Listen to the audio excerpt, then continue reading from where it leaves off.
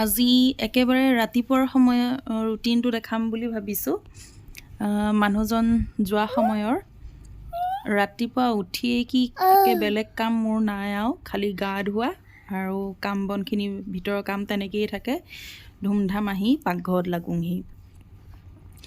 মানুহজনৰ কাৰণে ভাত বনাইছোঁ আৰু ইফালে ভাজি। ৰাতিপুৱা দালি বনাবলৈ সময় কেতিয়াবা হয় কেতিয়াবা নহয়, সেইকাৰণে দালিটো স্কিপ কৰোঁ প্ৰায়। আৰু ভাজিখনকে বনাওঁ। ভাজি অকণমান জোল নিচিনা কৰি পেলাই ভাজিকণ বনাওঁ, যাতে ভাতৰ লগত সানি খাব পাৰে। আৰু সেয়াকে পানীটো অকণমান শুকুৱাই দিলেই ৰুটিৰ লগত খাব পৰা হৈ যায়।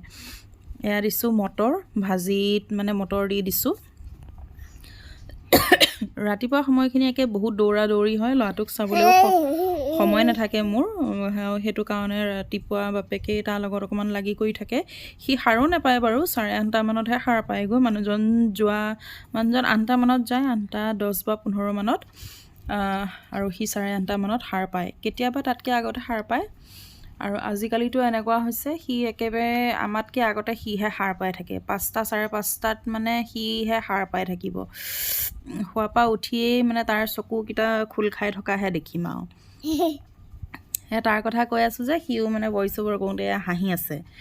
আৰু এয়া মই ভাজি বনাইছোঁ, ব্ৰকলি আৰু কিবাকিবি মিক্স কৰি পেলাই, গাজৰ চাজৰ মটৰ দি আলু এইবিলাক চব মিক্স কৰি ভাজি এখন বনাই দিছোঁ। আৰু ব্ৰকলি ভাজি মানুহজনে বহুত ভাল পায়, আৰু সেইকাৰণে প্ৰায় ব্ৰকলি দিনত মানে ব্ৰকলিয়ে বনাওঁ আৰু ৰাতিপুৱা সময়ত।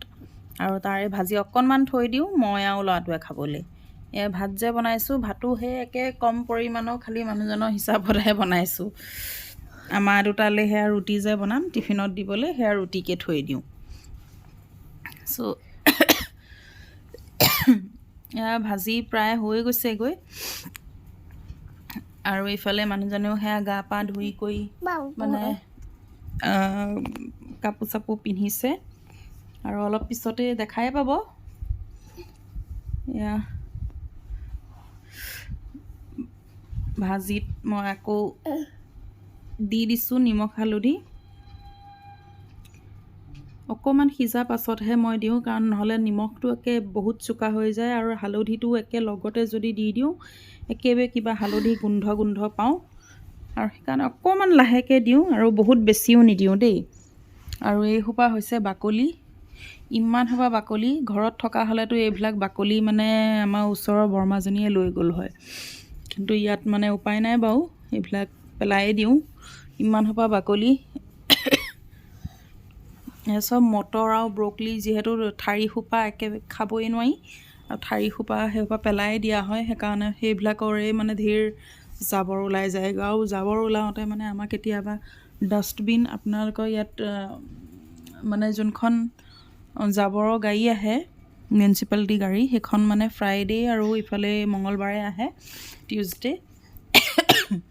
সেই দুইটা বাৰত যে আহে, আমাৰ একে 2টা বা 3টা ডাষ্টবিন গোটেইকেইটা ভৰি যায়গৈ। কেতিয়াবা একেবাৰে মানে মালিকৰ ঘৰৰ মানুহে সুধি দিয়েগৈ যে ইমাননো জাবৰ ওলায়নে, ইমান পাচলি জাবৰ ওলায়নে?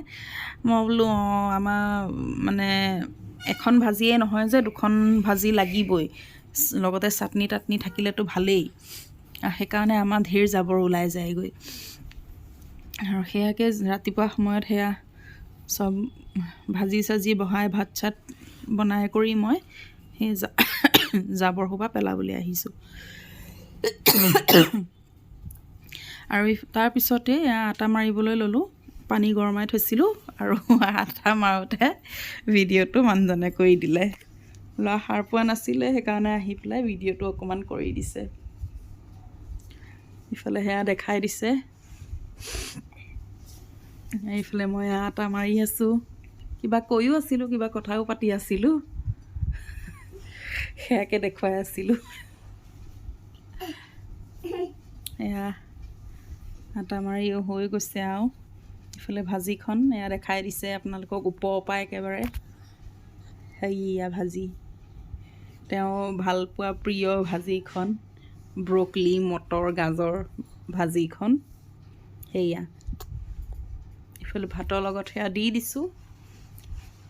আৰু যদি জুলীয়া ভাজি নহয়, তেতিয়া নিমখ অকণমান দি দিওঁ, ছাইডত সেয়া সানি সানি খাই দিয়ে আৰু ৰাতিপুৱা ভাত খাবলৈই মন নকৰে। ভাত খালে বোলে বমি বমি লাগে, সেইকাৰণে ভাত খাবলৈ মন নকৰে। তথাপিও কেইটামান মানে খাই যায় আৰু 2-3 গৰামান। আৰু এয়া যোৱাৰ পাছতে হাজবেণ্ড যোৱাৰ পাছতে আৰু ঘৰৰ কাম আৰম্ভ। এয়া ঝাৰু চাৰু দি কৰি মই ঘৰ মোচাত লাগিলোঁ। ইফালে ল'ৰা সাৰ পোৱা নাই বাৰু এতিয়ালৈকে। এয়া ঘৰৰ কাম চাম কৰি মেলি হোৱাৰ পাছতহে তাক সি সাৰ পাব আৰু। আজি ভিডিঅ'টো ইমানতে সমাপ্ত কৰিছোঁ। কেনেকুৱা পালে কমেণ্টত জনাব।